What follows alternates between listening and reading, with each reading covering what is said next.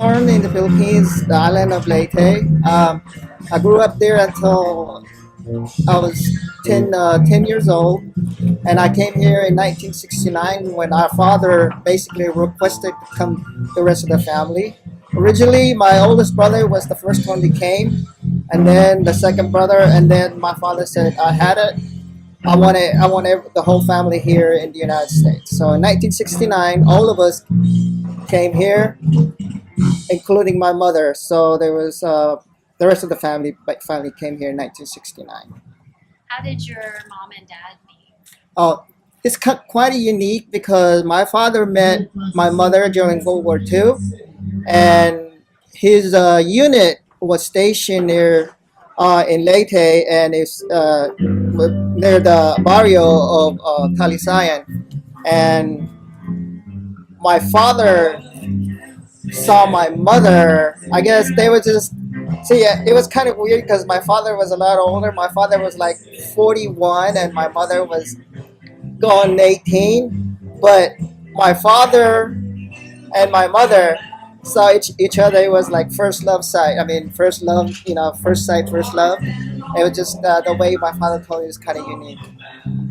So then your mom stayed behind in the Philippines? Yes, my mother basically my after my father got discharged from the army in World War II in 1946, he went back to the Philippines and raised the family. And so originally, my father got married with my mother in a small wedding, and that was officialized. And then after the war, my father came back to raise the family in Leyte.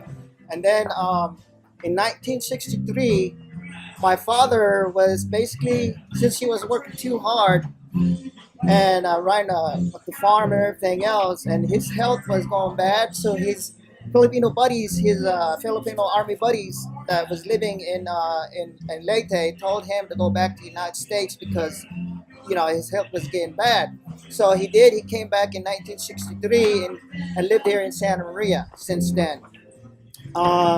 So that brings back the story about us in 1969. But yeah, my father and mother met during the war.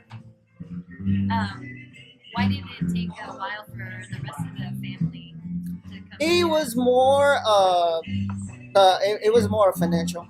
Uh, Basically, because even though my father was successful in his farming and everything else, he didn't really have that much money. Plus, when he was going to in Manila, and he had all his passport, his document, it got stolen. So he had to stay in Manila for a while and stay with his buddy friend that was his friend that was a lawyer in Manila.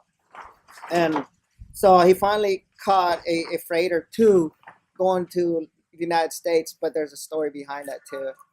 But so he got on a cargo ship and then finally came here in Santa Maria.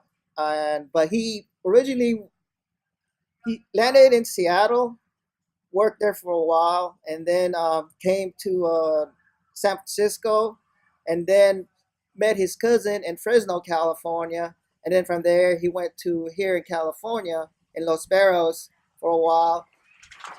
He went farming with his buddies, but he got tired of that because the some of his farmer buddies that they were trying to have a farming co-op, whatever. They sold their the some they basically sold their shares, and so my father basically he can't do it by himself. So he basically left and went to Los Angeles and lived with his cousin, and he ended up being a chauffeur. He stayed there for a while and being a chauffeur for Emil Earhart until until the beginning of the war. It had the reason why he stopped being a chauffeur for Emil Earhart because in 1939 that's when Emil Earhart disappeared.